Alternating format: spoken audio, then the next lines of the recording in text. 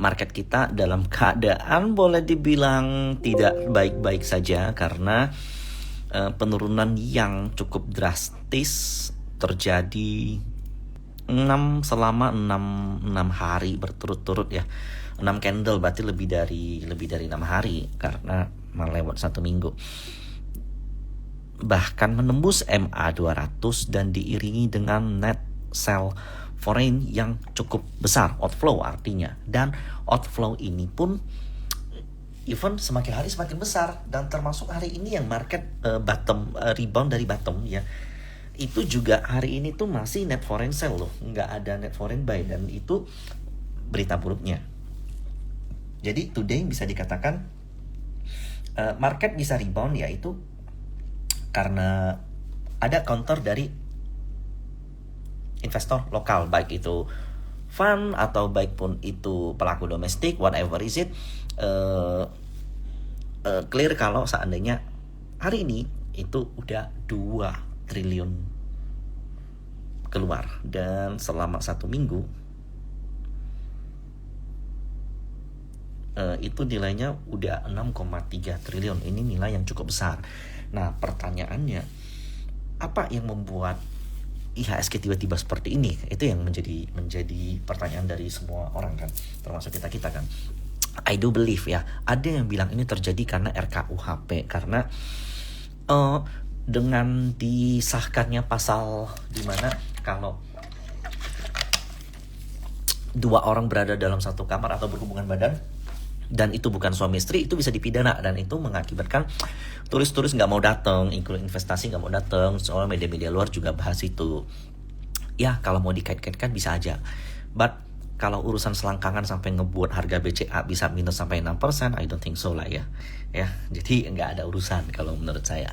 Kalau karena bom yang ada di Bandung itu juga nggak ada urusan. Kenapa? Karena itu terjadi kemarin dan outflow itu sudah ada beberapa minggu lalu gitu.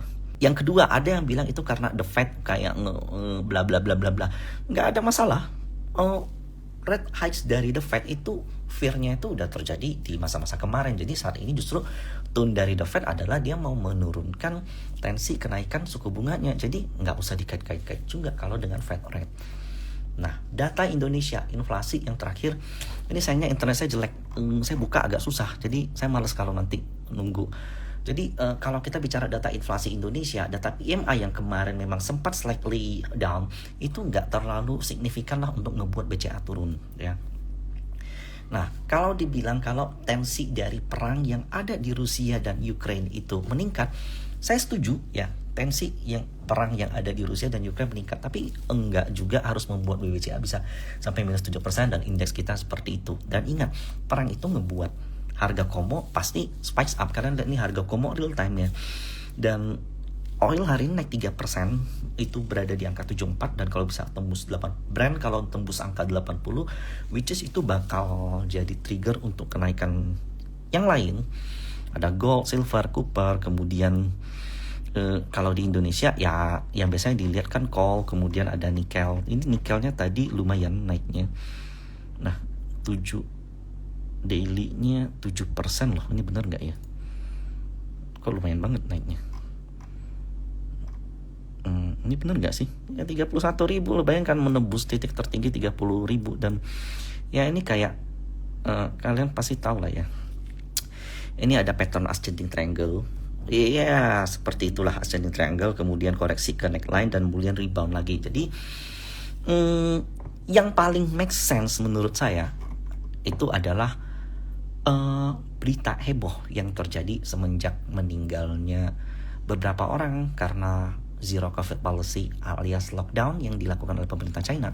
Itu terjadi demo besar-besaran di China. Nah, demo di China itu berbeda dengan demo yang ada di Indonesia. Kalau di Indonesia demo itu wajar, tapi kalau di China karena mereka negara komunis bukan demokratis, demo itu jadi hal yang heboh, dan ini disorot oleh media. Dan itu ada pressure untuk ke Presiden Xi Jinping untuk segera melepaskan zero covid policy. Dan itu ngebuat beberapa investor memproyeksikan kalau nanti ke depan ekonomi China tuh bakal segera di open, gate bakal di open, maka permintaan otomatis aktivitas yang terjadi di China itu bakal semakin meningkat. Kalau aktivitas mereka semakin meningkat, satu yang paling kena duluan itu pasti komoditi. No other excuse, pasti komoditi dulu. Kalau komoditi naik, China itu memiliki demand terhadap nikel itu 50%. Jadi 50% demand dunia terhadap nikel itu ada di China. Kebayangkan kalau China penuh nikelnya seperti apa. Dan hari ini amazing sekali nikel. Nah, so uang itu yang ada di market itu selalu berputar-putar doang. Kalau kemarin uang yang ada di market itu masuk ke Indonesia, itu terlihat di sini. Ini biasanya dari balancing, nggak tahu deh. Nah, kemudian ada aksi saatnya uang yang ada di Indonesia alias foreign itu melakukan taking profit. Wajar. Kenapa? Karena IHSG saat ini ditradingkan di PE kurang lebih di 13 sampai 14. Coba lihat di sini bisa nggak yang ngeliat nih ya.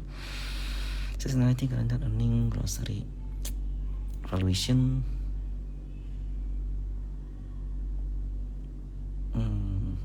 Ini saya punya internet memang menyedihkan.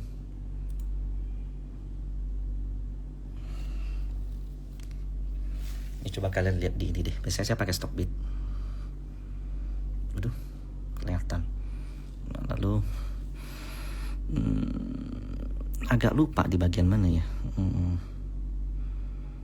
IHSG.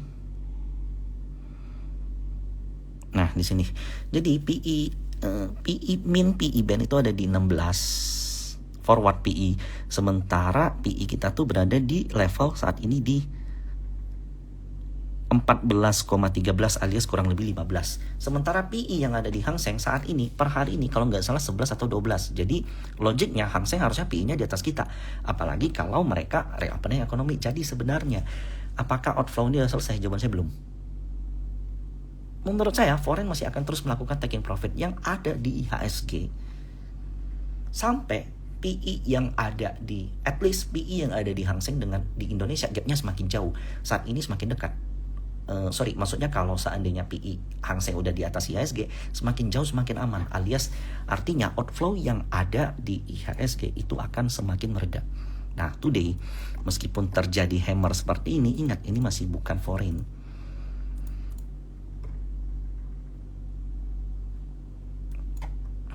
Oke, jadi apakah ini safety? Menurut saya belum. Tapi apakah ada potensi rebound? Jawabannya yes, karena if we look technically ya, IHSG itu nutup gap gede yang ada di sini. Nah, ini akhirnya resmi ditutup.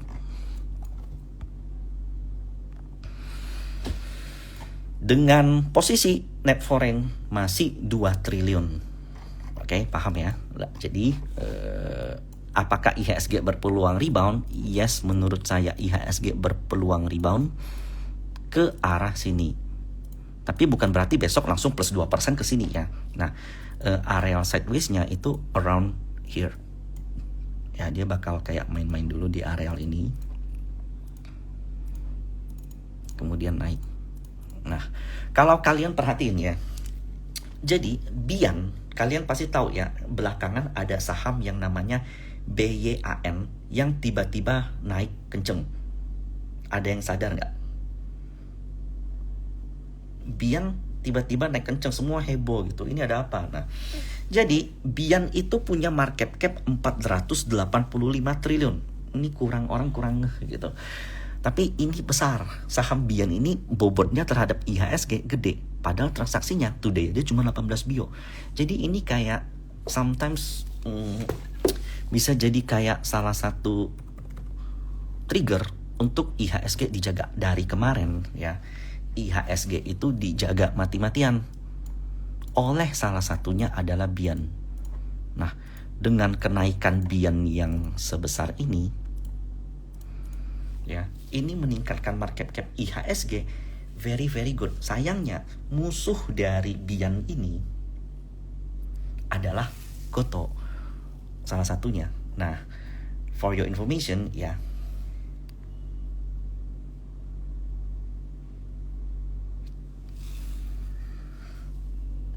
Bian plus Bank Mandiri plus Bank BCA plus Bank BRI itu menyumbang 662 poin ketika dia naik kemarin itu sebesar berapa persen.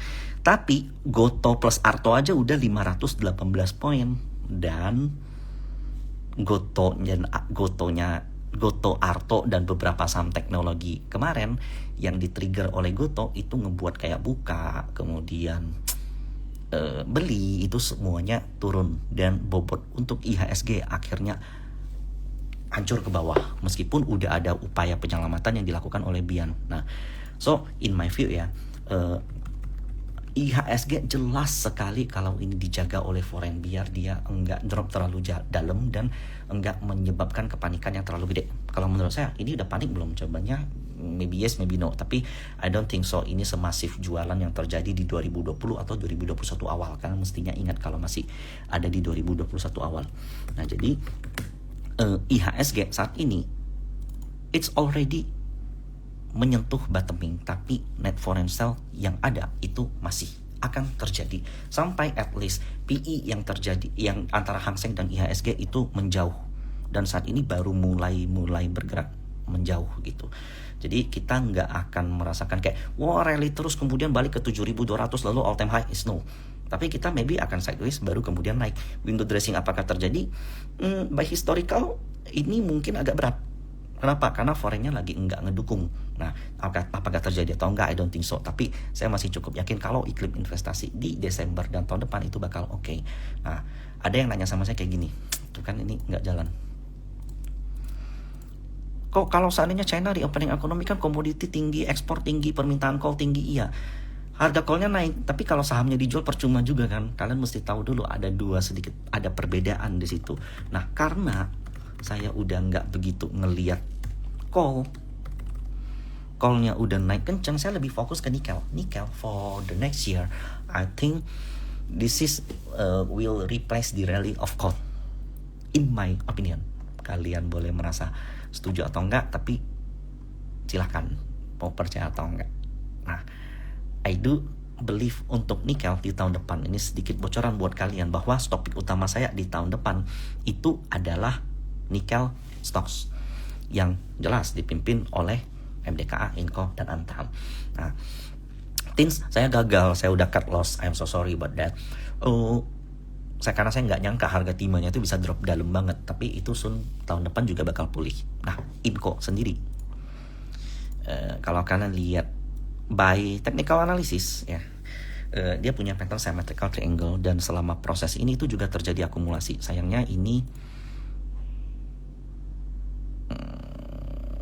coba ya,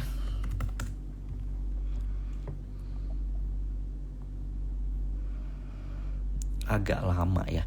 Nah, jadi ketika IHSG net foreign sale berturut-turut tapi enggak dengan Inco, bahwa Inco ya masih abstain aja. Jadi kalau kita lihat dari candle yang di sini 4 November sampai hari ini,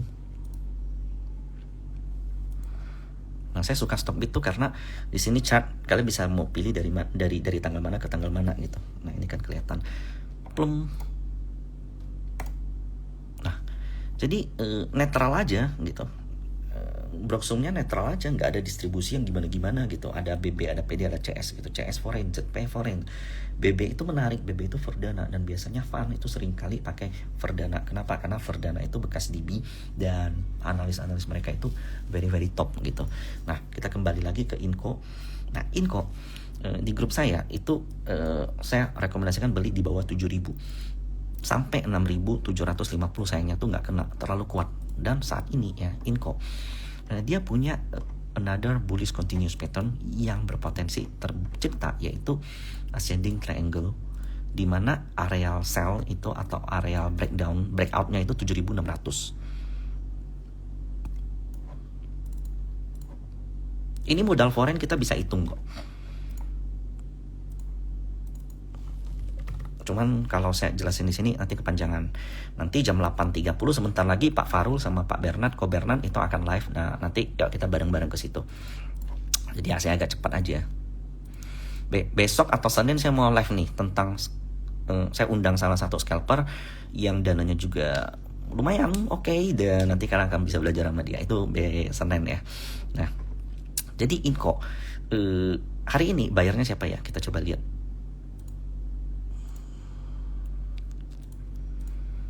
Inco buyer today ada di DXBKAK. Ini foreign, sayangnya lokalnya ada yang keluar cukup lumayan ya. Jadi besok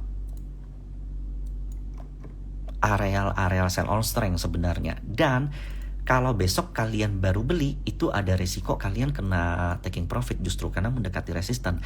Nah, tapi candle today itu garansi atau pertanda atau bisa memberikan kalian watchlist bahwa jika next terjadi koreksi dari Inco, maka itu worth to buy. Nah, jadi salah satu cara saya mendapatkan stock pick itu seperti ini. Contohnya, hari ini kenceng, ya anggaplah ini Inco hari ini close berapa sih? Ya naik lah plus 1% atau 2% lah. Kemudian saya takut ketinggalan. Biasa kalau takut kan langsung HK gitu kan. Terus besok ternyata merah 2%, 3% cut loss. Setelah cut loss terbang lagi. Nah, kalian kalau ngelihat ada satu saham yang naik kenceng, kalian lihat dulu titik tertingginya di berapa. Nah, kalau di sini titik tertinggi dari Inco 75 atau 76 lah ya kurang lebih. Karena udah dekat, ya udah jadiin watchlist aja, bukan nggak mungkin dia bisa turun gitu. Nah, jadi next kalau seandainya market koreksi lagi nih, nah kalian bisa beli Inco mulai dari ikut average dari ini aja. Ini kan 73 ya rata-rata ya. Ya cari diskon dari ini berarti 72 atau 7250 baru kalian beli. Sampai menurut saya 7.000 itu masih fine untuk Inco. Nah, lalu ada MDKA. Di grup juga saya kasih lihat saya beli nilainya berapa, saya buka porto di grup. Saya beli MDKA itu start dari sini. Saya open porto loh di grup. Di sini. Kemudian saya beli lagi di sini, yang sayangnya nggak kena lowestnya itu saya incer di gap 4180, tapi lowestnya 4190. Saya ingat banget nggak kena antrian saya. Kalau nggak nih saya udah cukup lumayan, udah 4%-an harusnya. Tapi 45% harusnya, tapi ya udahlah nggak rezeki. Jadi saat ini saya masih plus 1%-an doang gitu. Nah, itu salah satu yang saya ada sensor di porto yang di story gitu. Nah, so untuk MDKA sendiri saat ini kan masih level-level di MA 200 ya. MDKA yang paling menarik dari MDKA itu adalah harusnya hari ini masih foreign ya. Ya, masih foreign. Kalian lihat CC ini kan 82 biol. Ini tuh kalap nih. Dia belinya tuh kalap sampai 4367 dia punya average gitu, bayangkan. Yang ngejual PD, RX, AKCS ya. Dan jadi ketika IHSG net foreign sell, enggak dengan MDKA. MDKA net foreign buy terus.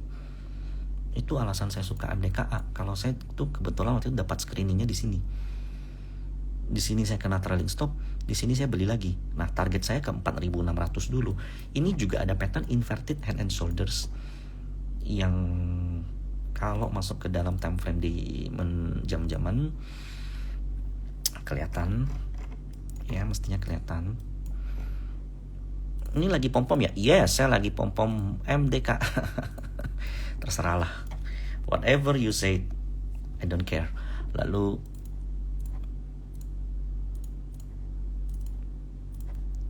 ya seperti ini.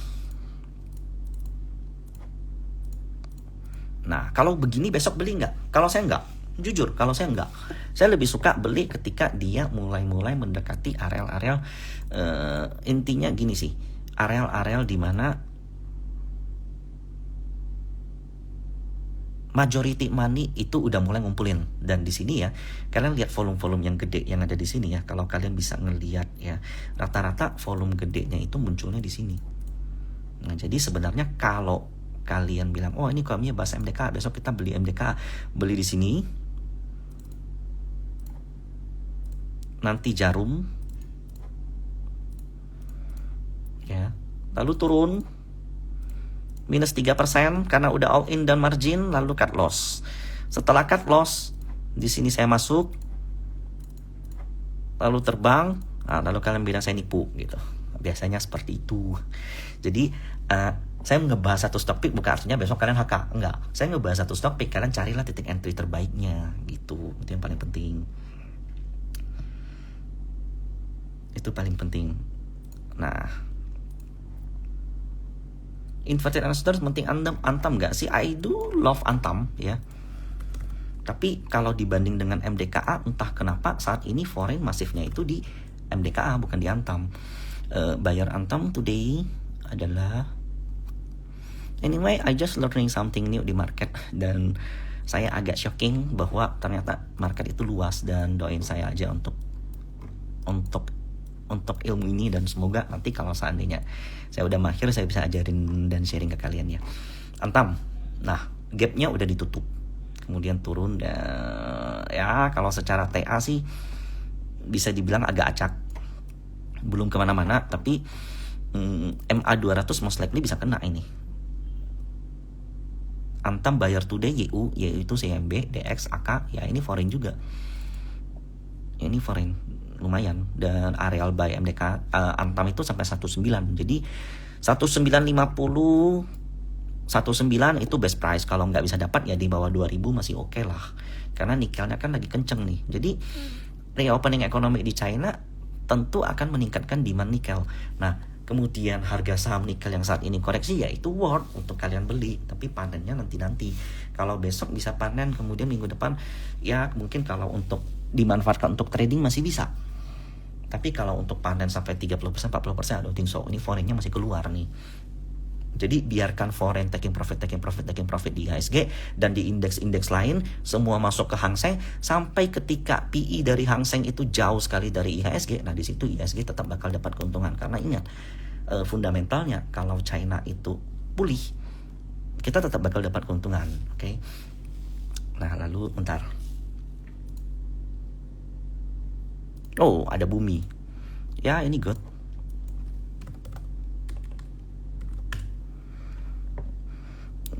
Bayarnya ngeri. Ini ngeri, coy. Ini bayarnya oke. Ada single bayar AK di situ 33,3 bio. Ini average market ya 170. Logically 170 itu kalau kalian beli Bumi di 170 kalian nggak kalah sama market, tapi apa bisa dapat 170 kan belum tentu. Closing hari ini berapa? 173 kan. Jadi kalau kalian beli 173 dapat, sementara average market yang puluhan bio 170 ya masih oke lah, masih cengli gitu. Mereka ngangkatnya pakai duit gede ratusan bio, perlu modal 170, sementara kalian beli 173 ya satu lot ya masih oke lah, cengli. Dan target Bumi let's say 190-an. Kemudian ada BP yang juga hype. Bayar BP biasanya itu aja. Biasanya ya. Ya itu aja. You know, I know lah. Oke, gak usah dibahas ini. Kok kayak gini?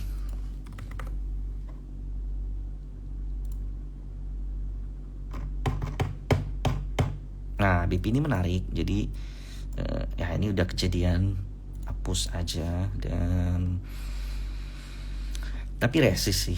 Jadi kalau seandainya besok saya disuruh beli, saya nggak mau karena ini resist. Tapi kalau bisa ada resist bagus. Ini 188 titik tertinggi. Ya areal buy word 180 ke bawah lah. Oke. Antam, MDKA, Bumi.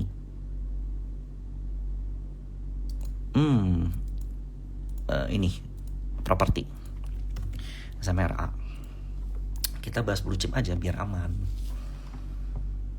Nah, jadi SMRA juga menarik.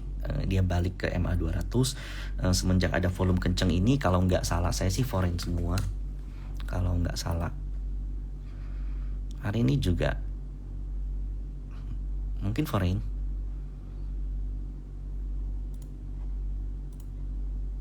Ya, ada spikes foreign di 24 November. 24 November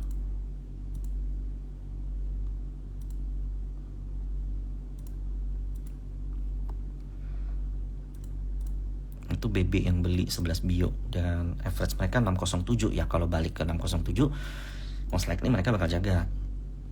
Logiknya kayak gitu. Dan titik resist 650. Ini besok, ini kan MA200 nih. Nah, besok I don't think so bisa lewat. Bakal turun lagi tuh in my opinion. Jadi 620, 600 ya itu areal buy. properti itu boleh dilirik karena udah mulai menunjukkan tanda reversal. Jadi top pick saya tuh MDKA, Antam bisa, tapi saya MDKA Inco, kemudian Bumi BP oke. Antam misalnya SMRA, kemudian saya tuh lagi kesenangan trading di saham-saham kecil karena dia bisa jadi alpha ketika ISG koreksi, tapi nggak akan saya kasih ke sini. Kalian lihat aja nanti di top gainer atau top frekuensi. Nah kemudian MAPI juga udah ketinggian, AGI aja deh. AGI quite good. Ketika IHSG lumayan dalam, nah dia kuat. AGI sendiri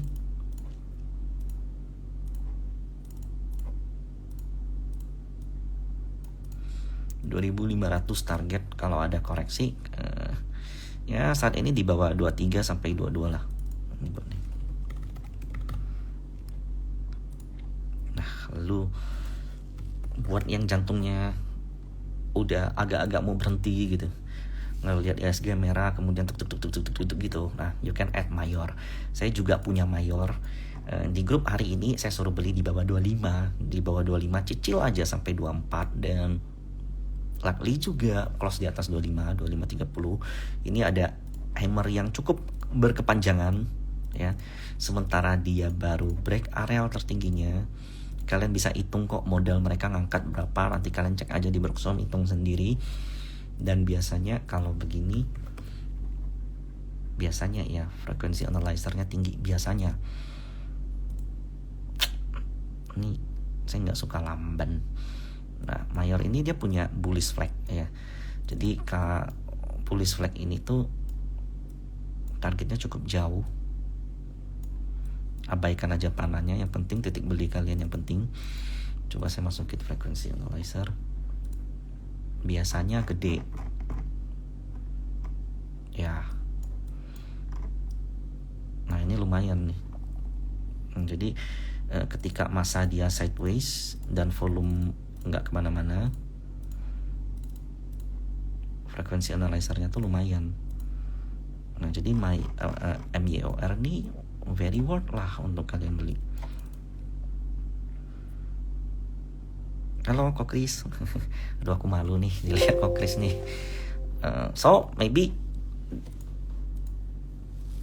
list akum ya, maybe that's all. Oh iya belum bahas bank ya. Apa ya? Coba kita lihat bank BNI.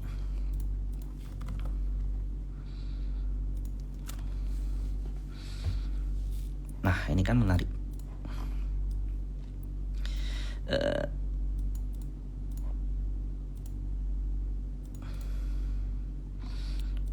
Nah kalian lihat dari candle yang very long ini 30 November alias ketika MSCI rebalancing nih ya, di November. Nah titik terendahnya itu dijaga. So ini ada arah rebound BNI. Kemudian BBRI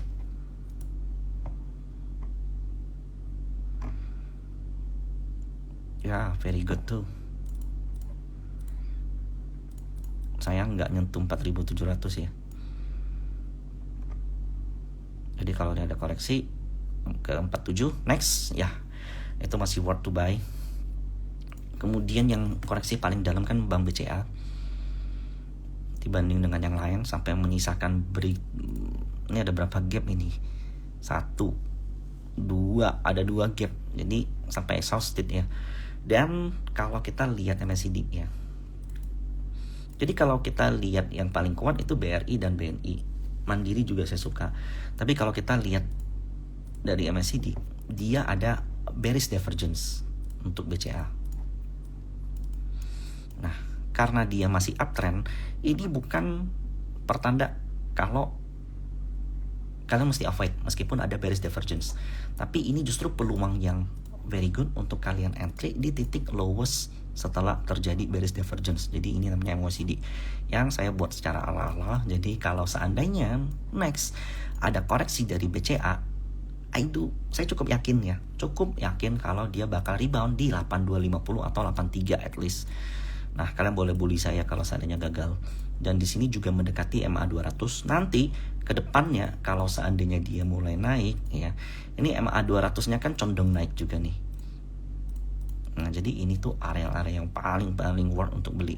Sebenarnya kalau kita bicara risk reward juga udah oke. Ini risk reward dari BCA ya seperti ini. Mau beli sekarang ya oke, mau tunggu di 8250 juga oke, itu tergantung dari kalian kan. Jadi kalau kalian punya porto, contohnya mau pengen beli Big Bang sekarang, kalian punya 100 juta, pengen beli BCA 30 juta, ya beli dulu 10 juta gitu.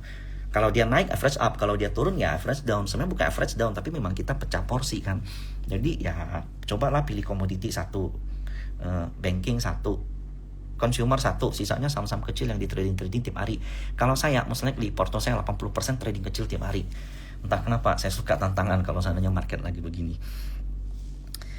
Oke, that's all. Dan sekali lagi kesimpulan saya adalah market ada short term technical rebound, tapi foreign-nya masih keluar.